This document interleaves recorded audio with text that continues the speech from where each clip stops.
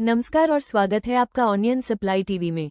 आज हम बात करेंगे प्याज की कीमतों पर केंद्र सरकार के ताज़ा कदम की। जी हां, सरकार ने उपभोक्ताओं को राहत देने के लिए प्याज की बिक्री सब्सिडी पर शुरू कर दी है।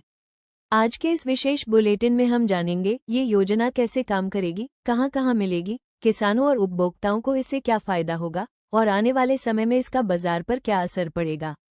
उपभोक्ता मामलों और खाद्य मंत्री प्रहलाद जोशी ने इस योजना का शुभारंभ किया। इसके तहत प्याज अब 24 रुपये प्रति किलो की रियायती दर पर बेचा जाएगा। शुरुआत में ये योजना दिल्ली, मुंबई और अहमदाबाद में लागू की गई है, लेकिन शुक्रवार से इसे चेन्नई, गुवाहाटी और कोलकाता तक भी विस्तार दिया जाएगा। सरकार का कहना है कि यह व्यवस्था दिसंबर 2025 तक जारी रहेगी। केंद्र सरकार ने प्याज की आपूर्ति सुनिश्चित करने के लिए इस साल 3 लाख टन प्याज का बफर स्टॉक तैयार किया है। ये प्याज किसानों से औसतन 15 रुपये प्रति किलो की दर पर खरीदा गया। खरीद प्रक्रिया भी पूरी तरह डिजिटल रही। किसानों से सीधे खरीद की गई। जमीन के दस्तावेज ई-महाभूमि पोर्टल से वेरिफिकेशन हुआ और फिर आधार लिंक्ड बैंक खातों में पेमेंट ट्रांसफर किया गया। इससे किसानों को भी समय पर भुगतान मिला और सरकार को सस्ती दर पर स्टॉक तैयार करने में मदद मिली। इस बार सरकार ने प्याज वितरण में नई तकनीकें भी जोड़ी हैं। नाफेड ने एक नया ट्रैक एंड ट्रेस सॉफ्टवेयर और डिजिटल बिलिंग ऐप लॉन्च किया है। मोबाइल वैन से प्याज बिकेगा और वहीं बिलिंग एसएमएस के जरिए उपभोक्ताओं तक जाएगी। खरीदने वालों का आधार से वेरिफिकेशन भी होगा। साथ ही सरकार ने शिकायतों और फीडबैक के लिए टोल फ्री नंबर और एसएमएस आधारित सुविधा शुरू की है। यानी इस बार प्याज की बिक्री सिर्फ सस्ती नहीं बल्कि टेक्नोलॉजी से ट्रांसपेरेंट भी होगी। अब बात करते हैं प्याज उत्पादन की। कृषि मंत्रालय का अनुमान है कि इस साल प्याज का कुल उत्पादन करीब 3 करोड़ 7 लाख टन होगा। ये पिछले साल से 27% ज्यादा है।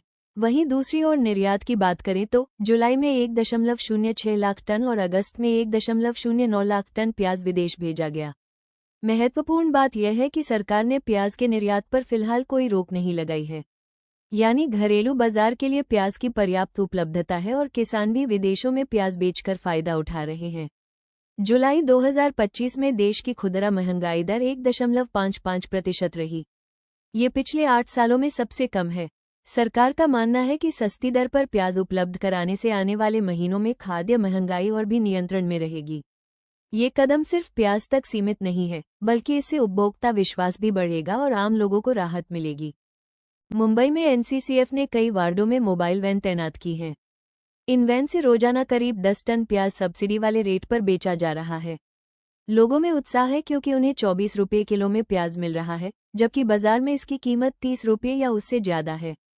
तो दोस्तों, सरकार का ये कदम उपभोक्ताओं और किसानों दोनों के लिए फायदेमंद साबित हो रहा है।